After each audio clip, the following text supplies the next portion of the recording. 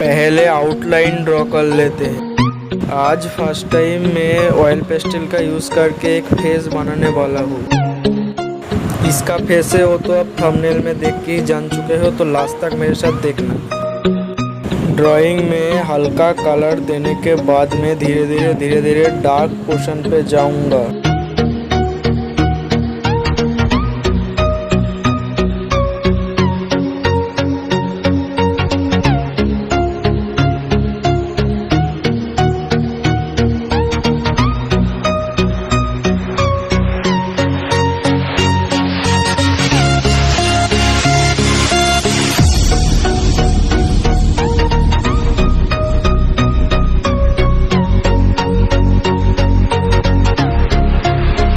Dark colour देने के लिए मैं only orange and brown colour का यूज़ करने वाला हूँ। हेयर बनाने के लिए पहले हेयर में ब्लू कलर दे, उसके बाद ब्लैक कलर दे।